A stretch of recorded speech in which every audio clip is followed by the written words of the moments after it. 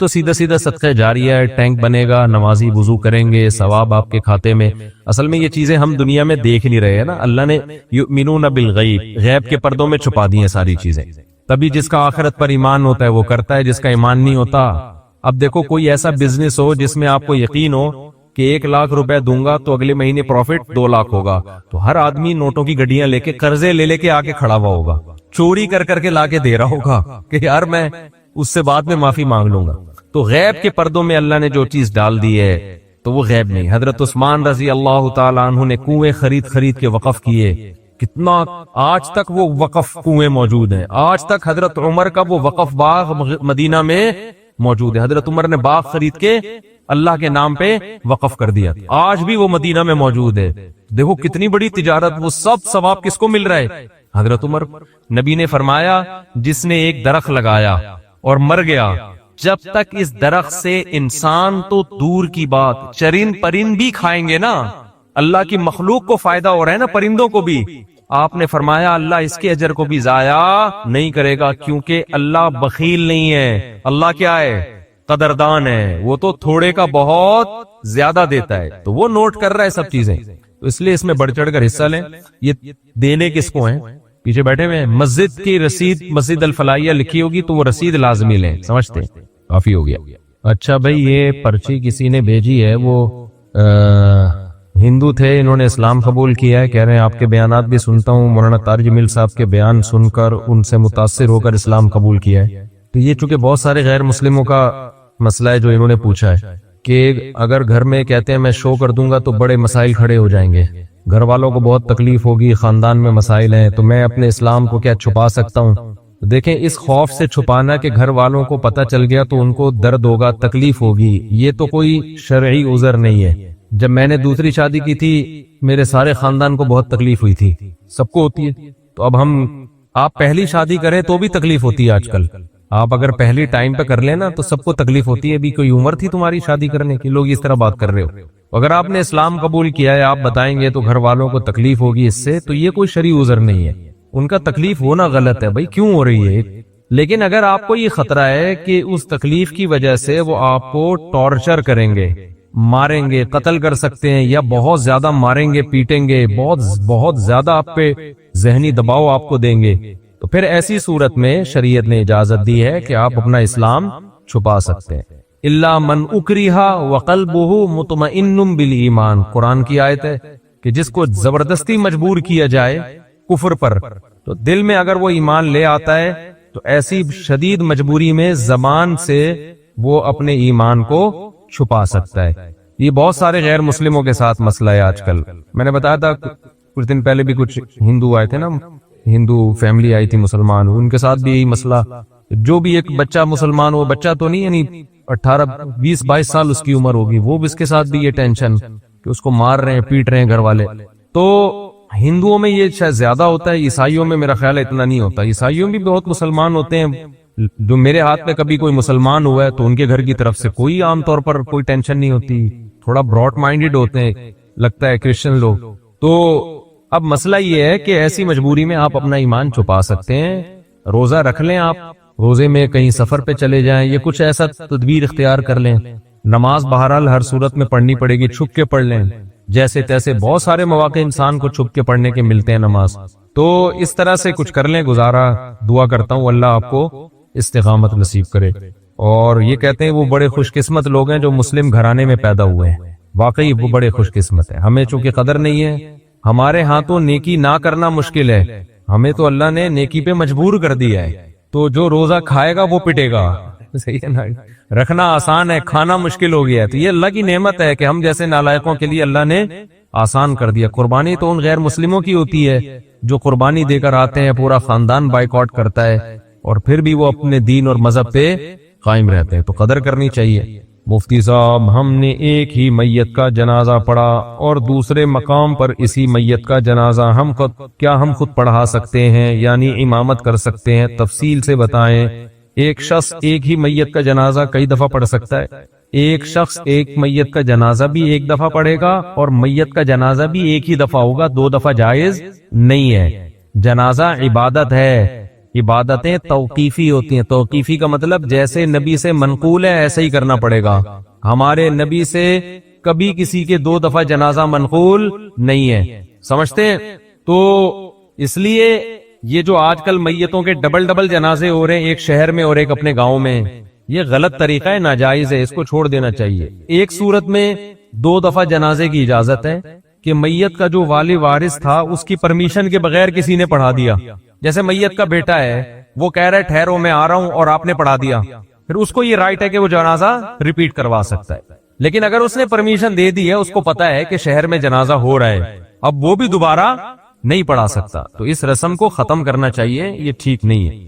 مفتی صاحب، کیا ہم کسی شخص کو حجام کی دکان بنوا کر ٹھیکے پر دے سکتے ہیں؟ کیا اس کی کمائی حلال ہوگی حرام ہوگی؟ آپ کے لیے حلال ہے، آپ نے تو بال کاٹنے کے لیے دی ہے. اب وہ اگر داڑھی بھی کاٹ رہا ہے اور غیر شرعی بال بنا رہا ہے تو یہ اس کا ہیڈک ہے. آپ کے لیے دکان کرائے پہ دینا جائز ہے. مفتی صاحب، میرے ایک دوست نے آپ کا بیان سن کر اپنی چاچا کی بیٹی سے چھپ کر نکاح کر لیا. میں نے بیان میں کبھی بھی چھپ کے نکاح کرنے کی ترغیب نہیں دی ہے. چاچا کی بیٹی سے نکاح کر لیا، میرا بیان سن کے بہت اچھی بات ہے. چھپکے کا لفظ میں نے نہیں کبھی بھی کہا، یہ اپنی طرف سے جس نے بھی کیا خود کیا. اچھا میرے بھائی، جب کہ ان کا رشتہ بھی آپس میں، ایک تو رومن اس میں لکھتے ہیں نا، اردو کو تو اردو اسٹائل میں لکھا کرو یار، اردو رسم الخط کا بیڑا غرق ہو جائے گا. جبکہ ان کا رشتہ بھی آپس میں ہوا ہے، اس نکاح کے بعد اب وہ ملتے بھی ہیں. پوچھنا یہ تھا کہ نکاح جائز ہے، اور اگر لڑکا فوت ہو جائے تو کیا حکم ہے؟ لڑکی پر عدت لازم ہوگی، یہی حکم ہے. اگر لڑکا فوت ہو جاتا ہے تو 4 مہینے 10 دن عورت عدت پوری کرے گی. یہ چھپن چھپائی میں یہی مسائل کھڑے ہوتے ہیں. کتنی خواتین ہیں کہتی ہیں، فون کرتے بتاتی ہیں کہ ہم نے چھپ کے نکاح کیا ہوا تھا، اب ہمارے گھر والے اس رشتے پہ راضی نہیں ہو رہے، کوئی دوسرا رشتہ آیا ہے ہمارے لیے، تو یہ دوسرا بندہ طلاق نہیں دے رہا. اگر طلاق دیتا ہے تو میری جو شادی کی ڈیٹ طے کی ہے اس میں تو عدت ہی پوری نہیں ہو رہی، اور عدت کے دوران نکاح کالعدم ہوتا ہے، زنا ہے وہ. تو ایسے کام مت کرو جس میں بعد میں ندامت اور شرمندگی ہو. سمجھتے ہیں؟ تو اگر یہ میاں مر گیا تو 4 مہینے 10 دن کی عورت کو عدت گزارنی پڑے گی. سمجھتے ہو؟ طلاق دے گا تو بھی عدت ہوگی، 3 مینسز عدت ہوگی، اس کے بعد کہیں نکاح کر سکتی ہے. یہ میرا مسئلہ گولڈ کا ہے. تقریباً 17-18 سال سے میرے پاس سونا پڑا ہوا ہے، تقریباً 3.5 تولہ. اس پر زکوٰۃ ہے یا نہیں؟ اگر 3.5 تولے سونے کے علاوہ 1 روپیہ بھی آپ کے پاس موجود تھا تو پھر سونے کا نصاب نہیں بنتا، پھر دونوں کو مرج کیا جاتا ہے، دونوں کی ویلیو کو. پھر 52.5 تولہ چاندی کا حساب ہوتا ہے. تو 3.5 تولہ سونا جو ہے یہ 52.5 تولہ چاندی کی ویلیو سے زیادہ ہوتا ہے، تو اس لیے اس پر زکوٰۃ ہوگی. 7.5 تولے پر اس وقت زکوٰۃ ہوتی ہے جب آپ کے پاس 7.5 تولے سونے کے علاوہ کچھ بھی نہ ہو. 1 روپیہ بھی آپ کے پاس آ گیا نا تو پھر دونوں کو مرج کر کے ان کی ویلیو نکالی جاتی ہے. پھر ویلیو پہ زکوٰۃ ہوتی ہے، گولڈ پہ نہیں ہوتی، پھر ویلیو ہے اس کی. اور ویلیو میں چاندی کی ویلیو دیکھی جاتی ہے جو 52.5 تولہ چاندی.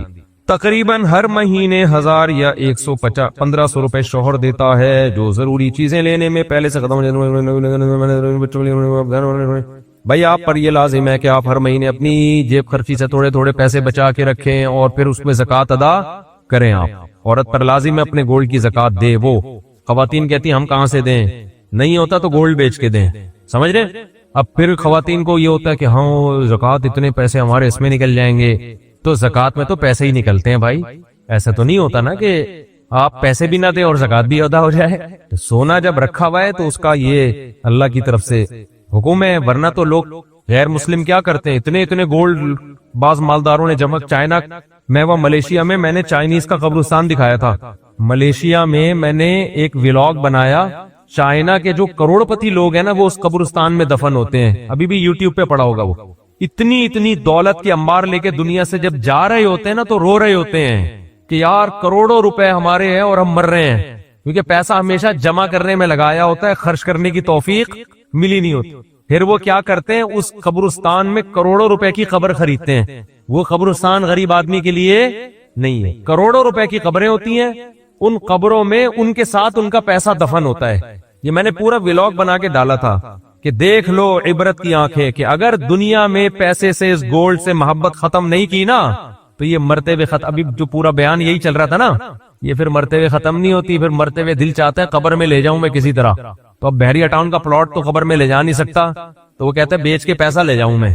تو پیسے میں کیا ہے کہ وہ پھر وہاں لوگوں نے گڑبڑے شروع کر دی، جب اتنا اتنا پیسہ دفن ہوتا میت کے ساتھ تو چور ڈاکو سرنگ بنا بنا کے قبروں سے پیسہ نکال کے لے جاتے۔ پھر وہاں قبرستان کی مینجمنٹ نے یہ کیا، کیونکہ وہ تو قبرستان والوں کا بزنس ہے، انہوں نے کہا بھائی یہ مہنگے، یہ بہترین بزنس بتایا میں نے آپ کو، جگہ خریدیں، بولے اس میں صرف مالدار لوگ دفن ہوں گے، قبر اتنے کی ہے، وی آئی پی قبر، اور اس میں جناب ڈاکٹر عامر لیاقت کا ایک قبرستان میں بیان کروا دیں آپ شب برات کے موقع پہ، ٹھیک ہے نا؟ تو پھر دیکھو اس قبر کی ویلیو دیکھو کتنی ہوگی، تو دبا کے بکے گا وہ، تو قبریں بکیں گی نا، اور آپ بیٹھے بیٹھے کروڑ پتی بن جاؤ گے، خود غریب میں دفن ہو جاؤ، غریبوں کے قبرستان میں۔ قبریں تو اندر سے ایک ہی ایسی ہوتی ہیں، چاہے مالدار کی ہو یا غریب کی ہو، اندر سے حساب میں کوئی فرق نہیں ہے۔ تو آپ نے وہ، میں نے وہاں بلاگ بنایا، اب کیا ہے کہ وہاں چوروں نے وہ کرنسیاں نکالنا شروع کر دی، تو پھر انہوں نے یہ حل سوچا اس کا کہ قبرستان کی انتظامیہ نے ایک نئی کرنسی نکالی جو مارکیٹ میں چلنے والی نہیں ہے، لیکن وہ نئی کرنسی آپ کو اس کرنسی کے بدلے میں ملے گی، اور وہ آپ کے ساتھ قبر میں دفن۔ تو میت کو یہ حسرت پوری ہو گئی کہ میں اپنا پیسہ اپنے ساتھ لے کے جا رہا ہوں۔ تو اس لیے اس دنیا کی محبت دل سے نہ نکالی نا تو بہت ہی برے ہو جاؤ گے۔ اس لیے خواتین نے گولڈ رکھا ہوا ہے، خوشی خوشی زکات دیا کرو، خوشی خوشی۔ اللہ ہم سے، دیکھو گورنمنٹ کو کتنا ٹیکس دیتے ہیں یار، خوشی سے نہیں دیتے، زکات سے کئی گنا زیادہ گورنمنٹ ٹیکس لیتی ہے ہم سے، اور اس کے بدلے میں دیتی سوائے نعرے اور سوائے وعدوں کے کچھ بھی نہیں ملتا ہمیں۔ جتنا ہم گورنمنٹ کو ٹیکس دیتے ہیں نا، کیا اس کے بدلے میں ہمیں فری علاج ملتا ہے؟ بولتے کیوں نہیں؟ کیا تعلیم ملتی ہے؟ گورنمنٹ اسکولوں میں تعلیم تو دیکھ لو، کھڑکیاں ہی نہیں ہے تو تعلیم کہاں سے ہوگی؟ دروازے نہیں ہے، ڈیسک نہیں ہے، اسکول ہی نہیں ہوتا بعض دفعہ تو اور بچوں کے الاؤنس بھی جا رہے ہیں اور سب کچھ جا رہے ہیں۔ کتنا ٹیکس گورنمنٹ کو لوگ دیتے ہیں، دینا چاہیے، میں منع نہیں کر رہا آپ کو، اللہ آپ سے صرف 2.5% مانگ رہا ہے، اور دے اس کے بدلے میں بارشیں بھی وہ برسا رہا ہے، گندم بھی وہ پیدا کر رہا ہے، خربوزے بھی وہ پیدا کر رہا ہے، پکوڑے بھی وہ کھلا رہا ہے، ملائی اور پراٹھے بھی وہی کھلا رہا ہے، دودھ بھی وہ پلا رہا ہے، اتنا دے رہا ہے کہ میں تو کہتا ہوں اللہ اگر تو ہم سے کہتا کہ 2.5% رکھو اور 97.5% دے دو تو بھی کم تھا، سارا تیرا ہی تو دیا ہوا ہے، خوشی خوشی دیا کرو بھائی زکات۔ ہمارے شیخ حضرت مفتی رشید احمد صاحب رحمہ اللہ کو ایک دفعہ خیال آیا کہ اپنا سارا پیسہ صدقہ کر دیں، بس صرف تھوڑے سے اتنے پیسے رکھیں جو مہینے میں کھانے پینے کے لیے، گیس بجلی کے بل کے لیے چاہیے، باقی سارا صدقہ۔ پھر حضرت فرماتے ہیں میں نے سوچا اگر سارا صدقہ کر دوں گا غریب ہو جاؤں گا، پھر زکات تو مجھ پہ فرض ہوگی نہیں، زکات ادا کرنے کا مزہ پھر آئے گا نہیں، تو اتنا رکھو کہ زکات فرض ہو اور زکات ادا کریں، اس کا اپنا مزہ ہے زکات کا، فطرانہ الگ چیز ہے، قربانی کا الگ مزہ ہے، یہ الگ الگ عبادتیں ہیں نا۔ تو زکات تو اسلام کا رکن ہے بھائی، یہ تو خوشی سے خواتین کو چاہیے، سونا ہے خوشی خوشی دیا کرے زکات۔ بعض خواتین کے ایسے منہ بنے ہوئے ہوتے ہیں، ہائے اتنی ساری زکات دے کہاں سے، شوہر اتنے 100 روپے دیتا ہے مہینے کے، 1000 روپے دیتا ہے۔ بھائی آپ کو جب پتا ہے آپ نے زکات نکالنی ہے سال میں تو آپ جیب خرچی سے بچانا شروع کریں، نہیں ہے تو سونا بیچیں، بیچ کے کسی انسان کو تھوڑی دے رہے ہیں آپ، کس کو دے رہے ہیں؟ جس نے اس سونے کو پیدا کیا۔ اور اللہ تو اتنا غنی ہے، اتنا غنی ہے، دیکھو جب کوئی کروڑ پتی شیٹھ آپ کے گھر میں آ جائے، کسی غریب کے گھر میں، غریب آئے نا، اس کو کھلاتے ہوئے آدمی سوچتا ہے کہ ضائع ہی ہو رہا ہے اس کا آؤٹ پٹ کچھ بھی نہیں نکلے گا، اس کو میں جتنا کھلاؤں گا یہ تھوڑی کھلائے گا، اس کے بعد تو ڈھیلا نہیں ہے۔ مالدار آدمی کے لوگ خوشی میں دعوت کرتے ہیں، غریب بھی وہ خوب خوب کھانے کھلائے گا، اس کو پتا ہے اتنا بڑا سیٹ ہے یار، اس کو آج کھلا دو، قرضہ لے کے کھلا دو، کیونکہ جب یہ کھلائے گا نا تو پھر یہ بڑا ہٹو بچوں قسم کا کھلائے گا۔ تو اللہ سے زیادہ مالدار کوئی نہیں ہے بھائی، خزائن السماوات والارض، سارے خزانے اس کے پاس، اور اللہ سے بڑا دل بھی کسی کا نہیں ہے۔ تو اللہ کہہ رہا ہے 2.5% دے دو، 2.5 کے بجائے 5% دے دو بھائی، 10% دے دو، اللہ لے رہا ہے، اللہ، اس کو ضرورت بھی نہیں ہے۔ فقہا نے لکھا ہے، کتنی خوبصورت بات، ہم جب اصول فقہ پڑھتے ہیں نا اس میں فقہا نے لکھا ہے کہ زکوٰۃ اصل میں جب آپ غریب کو دیتے ہیں تو یہ غریب کو نہیں، یہ کس کو دے رہے ہیں؟ اللہ کو۔ غریب اللہ کی طرف سے وکیل بن کے قبضہ کرتا ہے، نہیں ہے بات سمجھ؟ آپ نے پیسے دینے ہیں، کسی کو پیسے دینے ہیں نا، مدد کرنا چاہ رہے ہیں، تو وہ اپنا نمائندہ بھیجتا ہے، یار میں بندہ بائک پہ بھیج رہا ہوں، اس کو پکڑا دے، تو آپ اس بندے کو پکڑا دیتے ہو نا، اور فون کر کے بتاتے ہو بھائی میں نے تیرے بندے کو پیسے دے دیے، اب میں بری ذمہ ہو گیا ہوں، تو جان تیرا بندہ جان۔ تو دیے اصل میں بندے کو نہیں ہوتے، دیے کس کو ہوتے ہیں؟ اس آدمی کو. اس بندے کو تو آپ جانتے بھی نہیں، لیکن آپ اس کو اس لیے دے رہے ہو کہ اس نے اس بندے کو اپنا نمائندہ. ارے جب آپ پیزا منگواتے ہو تو بائک والے کو پیسے دیتے ہو نا، بائکیا والے کو. تو کیا بائکیا والے نے پیزا دیا ہے؟ وہ اس سے پیزا خریدا ہے آپ نے. اس کے پیزے کا بزنس ہوتا تو بائک کیوں چلا رہا ہوتا وہ بھائی. تو اصل میں تو پیزا کمپنی کو پیسے دے رہے ہو آپ، لیکن پیزا کمپنی نے کہا ہے کہ یہاں رش لگانے کی ضرورت نہیں ہے، بائکیا والے کو پکڑا دو، وہ ہمیں ہی دے دے گا. تو آپ بائکیا والے کو جانتے بھی نہیں ہو جو پیزا لے کر آیا. آپ کہہ رہے بھائی تیرا میرا کوئی، مجھے کمپنی نے بولا اس کو دے دو تو میں تجھے دے رہا ہوں، ورنہ میں تجھے کہ جانتا بھی نہیں ہوں. زکات میں یہی فلسفہ ہے، ہم نہ غریب کو جانتے ہیں نہ ہماری غریب سے کوئی سلام دعا. اللہ نے کہا مجھے دو، من ذا الذی یقرض اللہ، کون ہے جو مجھے قرضہ دے گا. اور اللہ اس کو قرضہ کہہ رہے، قرضہ، لون چاہیے، لون. ارے کوئی محلے کا سیٹھ یا ناظم آ کے آپ سے لون مانگے، آپ کا سر پوری دکان آپ کی خدمت میں حاضر ہے. نہیں یار سمجھ میں تو رہنے دو بھائی. آپ کو پتا ہے یار سیٹھ آدمی لون لے رہا ہے، یہ تو بھاگے گا بھی نہیں، اس کے لیے ان کی کیا ویلیو ہے؟ بڑھ چڑھ کے دو گے.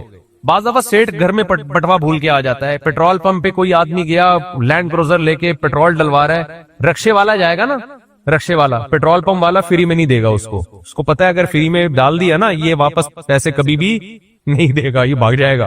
لیکن اگر کوئی علاقے کا ناظم کوئی لینڈ کروزر میں جا رہا ہے، کوئی جناب کوئی بڑی گاڑی میں جا رہا ہے، جیب میں پیسے بھول گیا، پیٹرول پمپ والا کہے گا سر آپ کوئی پیسوں کی فکر نہ کریں. اس کو پتا ہے یہ اتنا مالدار آدمی یہ پیسے لے کے کہاں بھاگے گا، بلکہ اس سے میرے تعلقات اور اچھے ہو جائیں گے. یہی ہوگا نا، اور اچھے تعلقات ہو جائیں گے. تو اللہ بھائی ہمارے پیسے لے کے بھاگے گا بھی نہیں، معاذ اللہ، نقل کفر نہ باشا. اور اللہ کو ہمارے پیسوں کی ضرورت بھی بالکل بھی نہیں. تو اللہ نے کہا کہ مجھے کون ہے جو قرضہ دے گا، اور اللہ نے بتا دیا میں بڑھا کے واپس کروں گا اس کو. یہ قرضہ میں بڑھا کے، سودی لین دین اللہ سے جائز ہے. اللہ نے اپنے اور بندوں کے لیے سود کو حلال رکھا ہوا ہے، آپس میں سود کو کیا کر دیا ہے؟ حرام. اللہ نے کہا میرے سے، اور بڑھاؤں گا بھی، تھوڑا سود نہیں لگاؤں گا، بڑھاتا چلا جاؤں گا اس کو میں. تو اس میں تو انسان کو چاہیے دل کھول کے دے. اللہ نے کہا اب عرش پر میرے پاس آ کے مجھے پیسہ پکڑانے کی ضرورت نہیں ہے. گلی محلے میں تمہیں کچھ نظر آ جائیں گے غریب لوگ، فی الحال ان کو پکڑا دو. تو یہ اصل میں غریب آدمی قبضہ کرتا ہے کس کی طرف سے؟ اللہ کی طرف سے.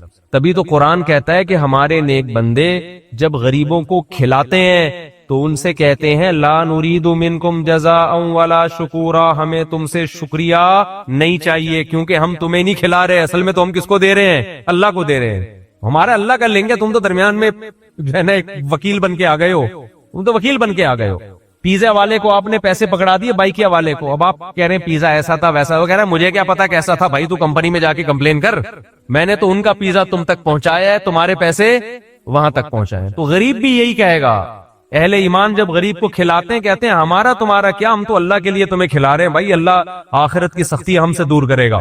تو اس لیے خواتین کو بھی چاہیے خوش دلی کے ساتھ زکات دیا کریں، کیونکہ خواتین کو بھی جنت میں جانا ہے. ٹھیک ہے نا، یہ جنت اللہ نے صرف آدمیوں کے لیے نہیں بنائی ہے.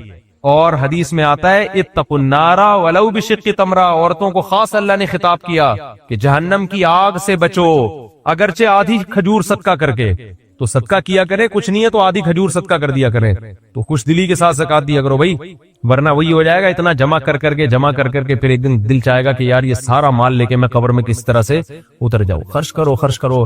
ہم نے تو بڑے علماء کو دیکھا ہے جب عمر بڑھ جاتی ہے تو ویسے ہی سب دے دلا کے کہہ رہے یار ہلکے پھلکے ہی دنیا سے جاؤ. اب جائیدادیں بھی بانٹ دیتے ہیں وہ. لیکن میں آپ کو مشورہ دیتا ہوں پورا مال کبھی بھی نہ بانٹنا، اولاد آج کل بگڑ جاتی ہے. بعض لوگوں نے دل بڑا کر کے سب کچھ بچوں کو بانٹ دیا، جس دن بچوں کو سب کچھ مل گیا اس دن بچوں نے باپ کو ابا سمجھنا چھوڑ دیا. یہ ایسے کیسز سامنے آئے ہیں تو کچھ چیزیں تجربے کی ہوتی ہیں. تو اس لیے بعض دفعہ آدمی بڑھاپے میں میرے بیان سن کے دوسری شادی کا اس کو خیال آتا ہے، لیکن وہ ساری جائیدادیں پہلے تقسیم کر چکا. اب وہ کہے گا اب بچوں سے پیسے کس منہ سے مانگے. بچوں سے کہے بیٹا مجھے پیسے چاہیے، ابا کڈنی کا آپریشن کرنا ہے، ابا دل کا دینے، ابا کہہ رہے میں نے شادی کرنی ہے. بچے کہتے ہیں یہ نہیں ہوگا. تو اس لیے دل نہ لگاؤ بس پیسے سے. سمجھ رہے ہو؟ میرا دوست جو کہ کینسر کا مریض ہے، اس کی خوشی آپ سے ملاقات کی ہے، اگر آپ اپنے قیمتی وقت سے کچھ ہمارے بھائی کے لیے دے دیں. بھائی مجھے جی ہندو بھائی بھی جو مسلمان ہوئے ہیں یہ بھی ملاقات کرنا چاہ رہے ہیں. یہ بھی تو ابھی تو میں نے تراویح بھی رات کو سنانی ہوتی ہے، دہرانا بھی ہے. اگر میں ابھی یہ ٹائم ملاقاتوں میں لگا دوں گا تو شام کو اٹکن آنا شروع ہو جائے گی. جب میں تراویح پڑھتا ہوں نا تو پھر اٹکتا ہوں،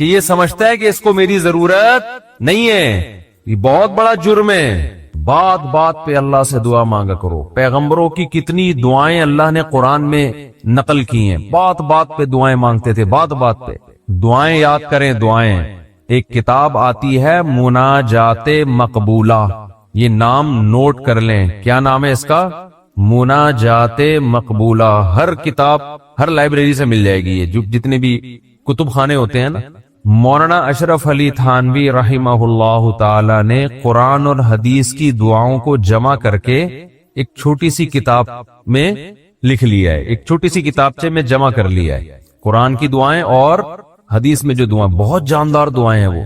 اچھا، دعا ایسی چیز ہے کہ جب جن الفاظ سے انسان مانگ رہا ہوتا ہے نا، وہ الفاظ بھی اس کے دل پہ اثر کر رہے ہوتے ہیں۔ تو انہوں نے بڑا شاندار کام یہ کیا کہ اب چونکہ دعائیں تو بہت زیادہ ہیں، ساری دعائیں قرآن اور حدیث کی آپ پڑھیں گے تو ایک ہی اتنی لمبی ہو جائے گی پھر، تو انہوں نے اس کو 7 حصوں میں ڈیوائیڈ کر دیا ہے۔ سمجھتے ہیں؟ ہفتے کے دن، اتوار کے دن، یہ یعنی 7 منزلیں بنا دی ہیں اس کی۔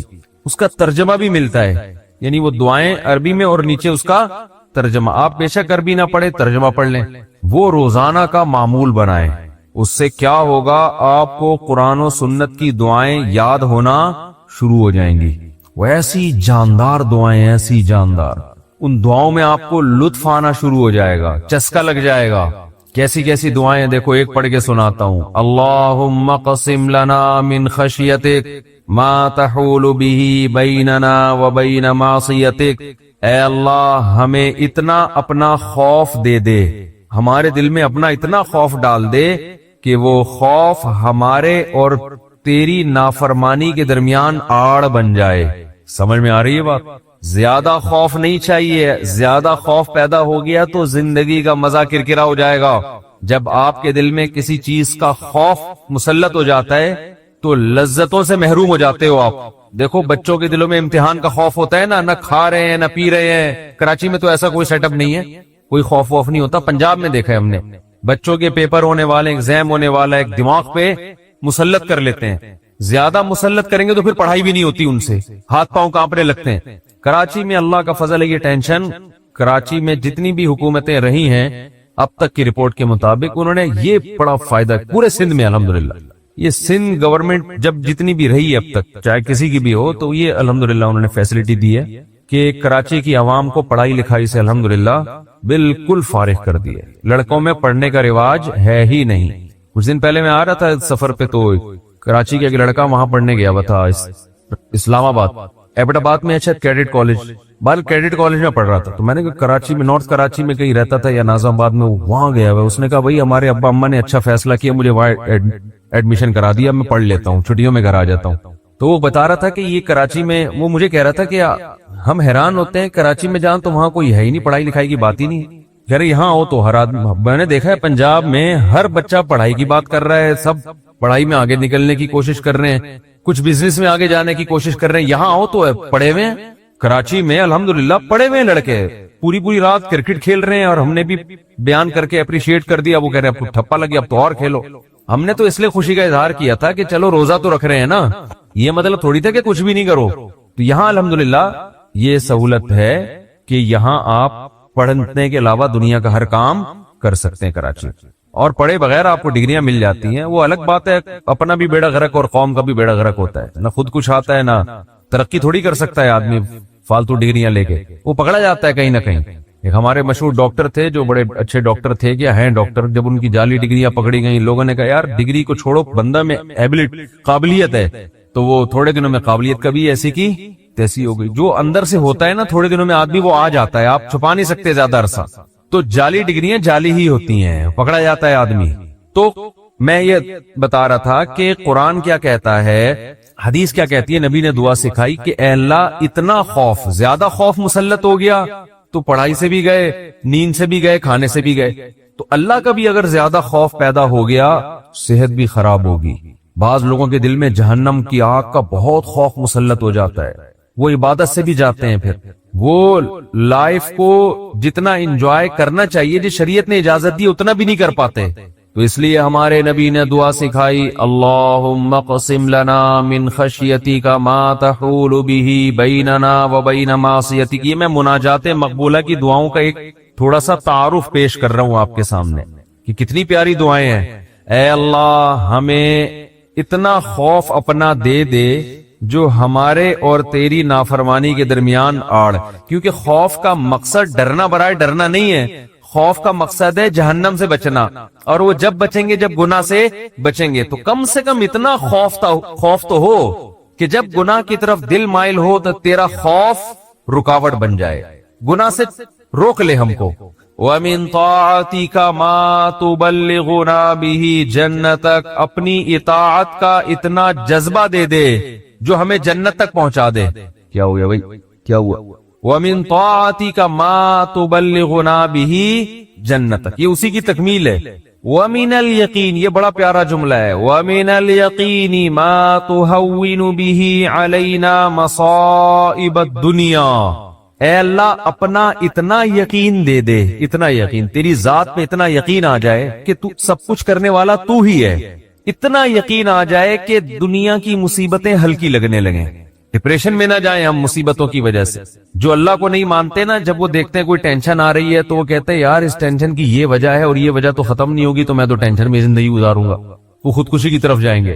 اور جس کو پتا ہے کہ یہ دینے والا کون ہے، اللہ، وہ میرا خیر خواہ ہے، وہ مجھے سنورنے اور بنانے کے لیے دے رہا ہے، وہ یہ ٹینشن دور بھی کر سکتا ہے، وہ کسی سبب کا محتاج نہیں ہے، اس میں میرا فائدہ ہے، تو اس سے وہ ٹینشن کیا ہو جائے گی، ہلکی۔ تو اے اللہ اتنا یقین اپنا دے دے جس یقین کی وجہ سے دنیا کی مصیبتیں ہمیں ہلکی لگنے لگیں۔ اگر اتنا بھی یقین نہیں ہے تو یہ یقین نہیں ہے۔ وَمِنَ الْيَقِينِ مَا تُهَوِّنُ بِهِ عَلَيْنَا مَصَائِبَ الدُّنْيَا وَمَتِّعْنَا بِأَسْمَاعِنَا وَأَبْصَارِنَا وقواتنا ابدا ما ابقیتنا۔ اے اللہ تو نے ہمیں آنکھ کی نعمت دی، سننے کی نعمت دی، بولنے کی نعمت دی، چلنے کی اور بات کرنے کی، یہ تمام نعمتیں جب تک ہماری زندگی ہے یہ نعمتیں ہم باقی رکھنا، معذوری سے ہمیں بچانا۔ سمجھ رہے ہو کہ نہیں سمجھ رہے؟ آج لوگ دولت مانگ رہے ہوتے ہیں، صحت کو فوکس نہیں کر رہے۔ آنکھ کی بینائی چلی جائے، خدا نخواستہ کیسی اندھیر زندگی ہے، سننے کی طاقت چلی جائے۔ وَمَتِّعْنَا بِأَسْمَاعِنَا وَأَبْصَارِنَا وَجَمِيعَ قُوَّاتِنَا أَبَدًا مَا أَبْقَيْتَنَا وَاجْعَلْهُ الْوَارِثَ مِنَّا۔ یہ اس سے بھی زیادہ خاندانی جملہ۔ کافر بھی چاہتا ہے کہ میری آنکھوں میں دیکھنے کی طاقت، کانوں میں سننے کی طاقت، زبان میں بولنے کی طاقت، میری تمام جو جسم کے پارٹس ہیں وہ صحیح رہیں تاکہ میں دنیا کی نعمتوں سے مزے اڑاؤں۔ تو اللہ ہم صرف اس لیے نہیں کہہ رہے کہ یہ تمام چیزیں باقی رکھ کہ ہم دنیا میں مزے اڑائیں، دنیا میں بھی لذت، اور یہ جو تو نے ہمیں طاقتیں دی ہیں یہ آخرت میں بھی ترقی کا ذریعہ بن جائیں۔ تو ڈبل مزے ہو گئے کہ نہیں ہو گئے ہے بھائی؟ کیونکہ جس آدمی میں قوت اور طاقت نہیں ہوتی مختلف چیزوں کی، وہ آخرت کے کام بھی زیادہ نہیں کر سکتا۔ تو وَاجْعَلْهُ الْوَارِثَ مِنَّا، ان کے اثرات باقی رہے، قیامت کے دن فائدہ ہوئی، ان آنکھوں سے ہمیں، ان کان سے اچھی بات سنی تھی اور ہدایت مل گئی، تو یہ فائدہ ہو گیا نا اس کان کا آخرت میں۔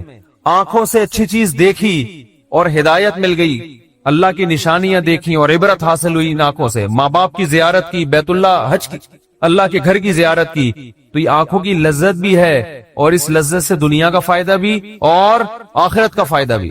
وَاجْعَلْهُ الْوَارِثَ مِنَّا وَاجْعَلْ ثَأْرَنَا عَلَى مَنْ ظَلَمَنَا وَانْصُرْنَا عَلَى مَنْ وَانْصُرْنَا عَلَى مَنْ وَاجْعَلْ ثَأْرَنَا عَلَى مَنْ ظَلَمَنَا وَانْصُرْنَا عَلَى مَنْ عَادَانَا۔ جو ہم سے دشمنی کرے اے اللہ تو اس کے خلاف ہماری مدد کر۔ دنیا میں بہت سارے دشمن ہیں، کچھ کو آپ جانتے ہیں، بہت سو کو نہیں جانتے۔ وَلَا تَجْعَلْ مُصِيبَتَنَا فِي دِينِنَا، اے اللہ اگر کوئی مصیبت مقدر میں ہے ہی تو وہ دنیا کی طرف پھیر دینا، دین ہمارا اس سے محفوظ رکھنا۔ دنیا کی مصیبت ختم ہو جاتی ہے، دین پہ کو نقصان اگر ہو گیا اس کے اثرات ہمیشہ ہمیشہ رہیں گے۔ وَلَا تَجْعَلْ مُصِيبَتَنَا فِي دِينِنَا وَلَا تَجْعَلِ الدُّنْيَا أَكْبَرَ هَمِّنَا۔ یہ جب مانگا کرے نا خوب شوق سے، اس کا مفہوم سوچ کے، اے اللہ دنیا ہمارا بڑا غم نہ بنا دینا، کہ ہماری بڑی چاہت ہی کیا ہو آج آپ دیکھیں, آپ کسی پوچھیں تجھے دنیا میں سب سے بڑی ٹینشن کیا ہے, وہ کیا بزنس. تیرا سب سے بڑا مسئلہ کیا ہے, صحت. تیرا سب سے بڑا مسئلہ کیا ہے, بیوی ٹھیک ہو جائے. تیرا سب سے بڑا مسئلہ کیا ہے جو تو چاہتا ہے, یار میرا سب سے بڑا مسئلہ ہے میری شادی ہو جائے. تیرا سب سے بڑا مسئلہ کیا ہے, یار ابا ٹھیک ہو جائیں. تیرا سب سے بڑا مسئلہ کیا ہے, یار میرے بال نہیں ہے سر پہ, میں سارا دن اسی کوشش میں لگا رہتا ہوں سر پہ بال نکل آئے. بھائی تیرا سب سے بڑا مسئلہ کیا ہے, بھائی مجھے اللہ نہ کرے کینسر ہے, میرا سب سے بڑا مسئلہ اس وقت یہ بن چکا ہے میرا کینسر کسی طرح سے ٹھیک ہو جائے. بھائی تیرا سب سے بڑا مسئلہ کیا ہے, یہ لوگوں کی آپ سروے کریں تو یہی ہوگا نا. سمجھ میں آ رہی ہے بات. اکبر ہمینا کا مطلب سب سے بڑا مسئلہ, سب سے بڑی ٹینشن. بھائی تیرا سب سے بڑا مسئلہ کہ یار میرے بچے میرے قابو میں نہیں ہیں, میری سب سے بڑی خواہش ہے میرے بچے انسان کے بچے بن جائیں. بھائی تیرا سب سے بڑا مسئلہ کیا ہے, بھائی اس کا سب سے بڑا مسئلہ اس کو خدا نخواستہ فالج ہوا ہوا ہے, اس کی ابھی سب سے بڑی کوشش یہی کہ فالج ٹھیک ہو جائے اس کا.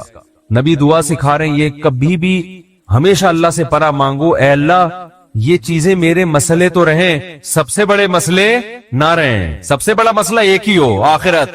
بھائی یہ مسئلہ ختم ہو گیا, کوئی دوسرا مسئلہ آ جائے گا آپ کے ساتھ, کیا خیال ہے؟ ادھر میری طرف دیکھیں, ادھر کیوں دیکھ رہے ہیں؟ ابھی آپ کا سب سے بڑا مسئلہ ہے میرا بیان سنیں, آپ بیٹھ گئے. اچھا مجھے کچھ اس وجہ سے دیکھ رہے تھے آپ مجھے, اچھا ٹھیک ہے ٹھیک ہے, میں اس میں دیتا ہوں دعا میں. 4 لاکھ روپے میں جمع ہوا ہے, ابھی جمع کرنا ہے 25-30 ہزار, اس کے لیے تھوڑی سی. اچھا میں جمعے کی نماز کی بات دیتا ہوں. تو سب سے بڑا مسئلہ جو میرا اور آپ کا ہو تو حدیث میں آتا ہے کہ اللہ سے دعا مانگو, لا تجعل الدنیا اکبر ہمنا, اے اللہ یہ دنیا کے جو بکھیڑے اور مسائل ہیں یہ ہمارا سب سے بڑا مسئلہ نہ ہو. سب سے بڑا مسئلہ ہمارا ایک ہو, بھائی کینسر ٹھیک ہو یا نہ ہو, آخرت صحیح ہو جائے. ہم نے ایسے علماء کو دیکھا ہے موت کے وقت شفا کی زیادہ فکر نہیں ہے ان کو کہ میں ٹھیک ہو جاؤں, فکر یہ ہے کہ بھلے مر جاؤں لیکن مغفرت ہو جائے آخرت میں.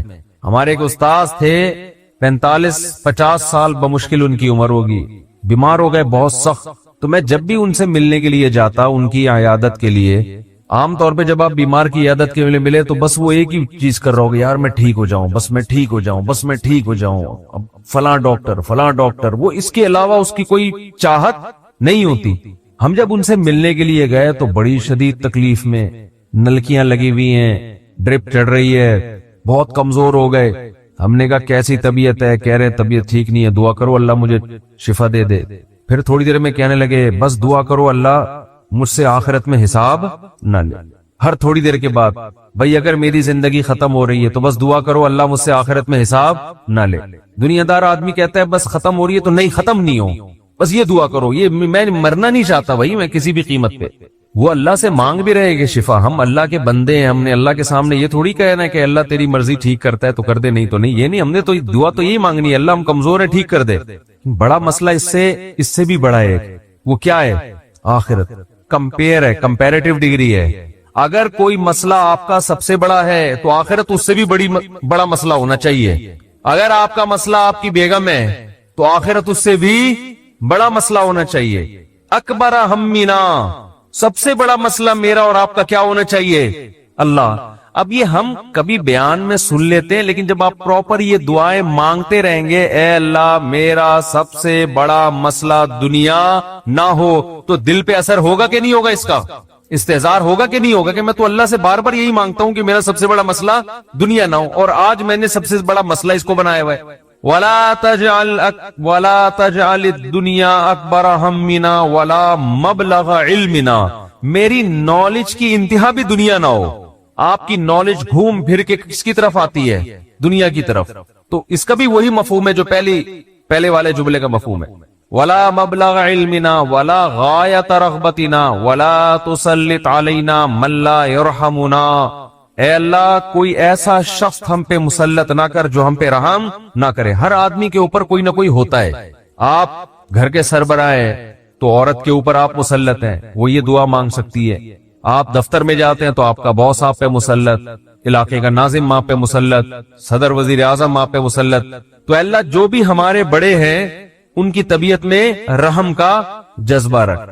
وَلَا تُسَلِّطْ عَلَيْنَا مَن لَّا يَرْحَمُنَا وَلَا لا تجعل الدنیا اکبر ہمنا ولا مبلغ علمنا ولا غایت رغبتنا ولا تسلط علینا من لا یرحمنا. یہاں تک دعا ہے.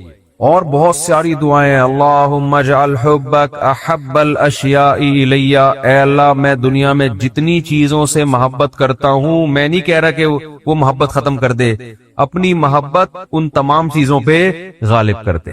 سب سے محبت ہو، لیکن جہاں تیری محبت اور مخلوق کی محبت میں ٹکراؤ ہو، وہاں غالب کون ہو؟ تیری محبت۔ کیا مطلب؟ کبھی کسی کو خوش کرنے کے لیے تجھے ناراض کرنا پڑے تو اس کو ناراض کر دوں، تجھے ناراض نہ کروں۔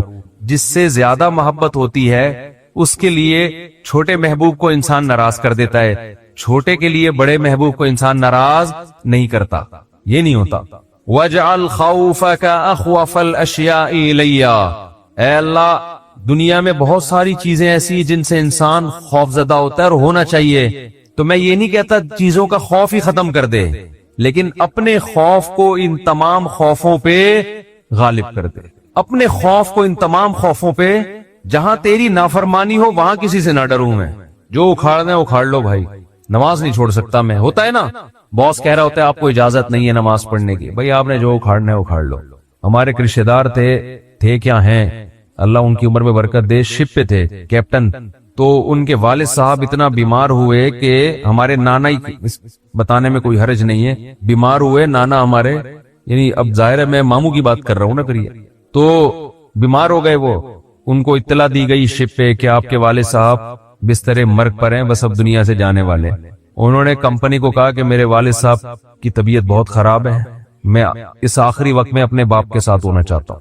وہ بتا رہے تھے خود، کمپنی نے کہا کہ چھٹی نہیں ہے آپ کو، انہوں نے کہا ایسی کی تیسی، پکڑو، چھٹی دینی ہے تمیز سے دو، نہیں دینی ہے تو میں چھوڑ کے جاؤ۔ یہ کیسے ہو سکتا ہے میرا باپ دنیا سے جا رہا ہے اور میں یہاں کمپنی کے لیے بیٹھا رہوں، یہاں پہ کمپنی بعد میں، باپ کون ہے؟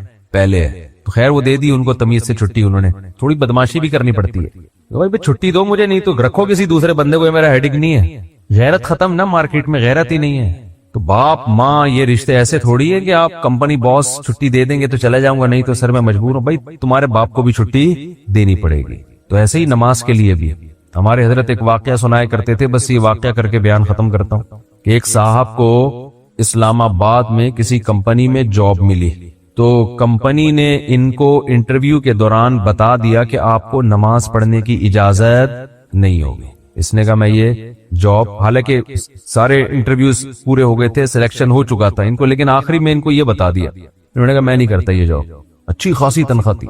تو اس نے کہا کہ کیا آپ پکے نمازی ہیں؟ اس نے کہا نہیں میں تو نماز نہیں پڑھتا۔ میں کہ جب آپ ویسے ہی نہیں پڑھتے ہیں بھائی تو پھر آپ کو کیا مسئلہ ہے؟ اس نے کہا میں ویسے ہی نہیں پڑھتا، سست ہوں، کاہل ہوں، تمہارے مشورے پہ میں نماز چھوڑ دوں یار؟ کمپنی کے کہنے پہ میں چھوڑ دوں؟ خدا کہے گا نا کہ تیرا دل اپنا ہی نہیں چاہتا تھا، ہے بھائی تیرا اپنا دل نہیں چاہتا تھا، تو نالائق تھا، لیکن اب کمپنی اور خدا کا مقابلہ ہو رہا ہے تو اس کو تو نے خدا بنا لیا ہے۔ یعنی ہم اتنا پروٹوکول تھوڑی کمپنی کو دیں گے، باس کو دیں گے کہ تو کہہ دے نماز چھوڑ دو، تو ہمارا باپ ہے جو تو کہہ دے یہ کام تو ہم باپ کے کہنے پہ ہی، اگر آپ کا نماز پڑھنے کا موڈ ہوا اور ابا کہہ رہے نہیں پڑھو، ایسے موقع پہ آدمی کہتے ہیں ابا میرا اپنا آج تو میرا موڈ بن گیا ہے، میں کیسے چھوڑ دوں نماز؟ تو یہاں تو ابا کو آدمی لفٹ نہیں کراتا میرے بھائی، جو کرنے والے ہوتے ہیں، باس کو اتنا باپ کیوں بنا لیں گے ہم؟ تو باس کی چمچا گیری اتنی کیا کرو جتنی قیامت میں افورڈ کر سکو، یہ بھی انسان ہے، اتنا زیادہ فری نہیں کرایا کرو۔ میں یہ نہیں کہہ رہا اپنے باس سے بدتمیزیاں شروع کر دیں، آپ بد کلامیاں شروع کر دیں، عزت دینی چاہیے، لیکن اللہ سے آگے تھوڑی نکالنا ہے اس کو، اللہ سے آگے تھوڑی رکھنا ہے۔ تو ہمارے حضرت کو وہ بڑا پسند آیا بے نمازی، کہا کہ دیکھو غیرت ہے اس میں، اتنی بڑی جاب ٹھکرا دی اس نے۔ بولا بھائی تمہارے کہنے سے یعنی میں اس لیے اب نماز نہیں پڑھ رہا کہ کمپنی کی طرف سے اجازت نہیں ہے، تو کمپنی کون ہوتی ہے مجھے روکنے والی؟ تم چند لاکھ روپے تنخواہ دے کے تم نے ہمیں غلام بنا لیا ہے، تو اگر ہم اللہ کی نہیں مانتے تو تمہاری بھی نہیں مانتے، ٹھیک ہے نا؟ تو تمہاری تو ہم پہلے ٹھکرائیں گے۔ تو غیرت مند بے نمازی، غیرت مند بے نمازی۔ خیر نماز پڑھنی چاہیے، نماز کی ویلیو کم نہیں ہے۔ تو یہ ہے وَجْعَلْ خَوْفَكَ أَخْوَفَ الْأَشْيَاءِ إِلَيَّ وَقْطَعْ عَنِّي حَاجَاتِ الدُّنْيَا بِالشَّوْقِ إِلَىٰ لِقَائِكَ، اے اللہ اپنی ملاقات کا شوق اتنا دے دے کہ دنیا کی حاجتوں کی تمنا نہ رہے، اتنا شوق ہو جائے کہ اس دنیا میں سب سے بڑا شوق ہی یہ بن جائے، تو پھر یہ ثانوی درجے میں ہو۔ اور آخری جملہ اس دعا کا وَإِذَا أَخْرَرْتَ أَعْيُنَ أَهْلِ الدُّنْيَا مِن دُنْيَاهُمْ فَأَخْرِرْ عَيْنِي مِنْ عِبَادَتِكَ، اے اللہ جب لوگوں کی آنکھیں اس دنیا سے ٹھنڈی ہوں کسی کا کو پتا چلا کہ بھی بحریہ ٹاؤن میں 3 پلاٹ اس کے نام نکل رہا ہے, آنکھیں ٹھنڈی ہو گئی, بتاتا پھر رہے ہو بھائی ماشاءاللہ ادھر رشتہ ہو گیا, ہاں بھائی مفتی صاحب کا بیان اثر کر گیا ہے, آنکھیں ٹھنڈی ہوتی نا, گاڑی آ گئی, پیسہ آ گیا, تو اے اللہ اس وقت میری آنکھیں اپنی عبادت میں ٹھنڈی کرنا, مجھے عبادت کی ایسی لذت دے دے, اپنے سامنے راز و نیاز اور مناجات کی, اور اپنے سامنے دعا مانگنا اور نماز پڑھنا اور تیری تلاوت کرنا اور تیری عبادت کرنا, تیرے سے تعلق ایسا ہو جائے کہ میری آنکھیں دنیا سے ٹھنڈی نہ ہو, مجھے مزہ کس میں آئے, تجھ سے راز و نیاز کرنے میں. یہاں بھی یہ نہیں کہا جا رہا مجھے دنیا نہیں دینا, مجھے پلاٹ نہیں چاہیے, مجھے گاڑی نہیں چاہیے بھائی, کون مستغنی تھوڑی ہے ہم اللہ سے, سب کچھ چاہیے, لیکن جو لذت ہو نا, لذت وہ ان چیزوں میں نہیں ہو, ان ٹکڑوں میں, کھلونوں میں. لذت کس میں ہو؟ آخرت میں, تجھ سے تعلق میں. تو وہ خرید لیں مناجات مقبولہ, کیونکہ دعائیں تو بہت ہیں نا, کن کن دعاؤں پہ بیان کرتے ہیں. تو ایک دن ہفتے کو آپ نے جو اس میں لکھا ہوا ہے ہفتے کو یہ پڑھے, اتوار کو آسانی کے لیے, ترتیب کے لیے, تو اس سے پورا ہفتہ 1 دن 2 دن 3 دن 4 دن پھر پڑھتے رہیں گے تو وہ دعائیں آہستہ آہستہ آپ کو یاد ہونا شروع ہو جائے گی. پھر ایک دن آپ آٹو پے ہو جائے گی, ٹھیک ہے, جیسے میں بعض چیزوں پہ آٹو پے ہو گیا ہوں, خود بخود منہ سے نکلنا شروع ہو جاتی ہیں, خود بخود کچھ چیزیں ہیں وہ پھر کبھی بیان میں بتاؤں گا انشاءاللہ. تو وہ آٹو پہ آ گیا ہوں, تو وہ خود بخود ہونا شروع, تو وہ آپ کو دعائیں آہستہ آہستہ خود بخود یاد, اور آپ کو محسوس ہوگا آپ کے دل کی کیفیت آہستہ آہستہ چینج ہو رہی ہے. اللہ تعالیٰ سمجھنے کی عمل کی توفیق عطا فرمائے. مفتی طارق مسعود صاحب کے بیانات سننے کے لیے youtube.com/مفتی طارق مسعود کو سبسکرائب کریں, اور اگر آپ لائیو ویڈیو کو کبھی بھی مس نہیں کرنا چاہتے ہیں تو سبسکرائب کرنے کے بعد بیل آئیکن پہ کلک کرنا مت بھولیں. جزاک اللہ.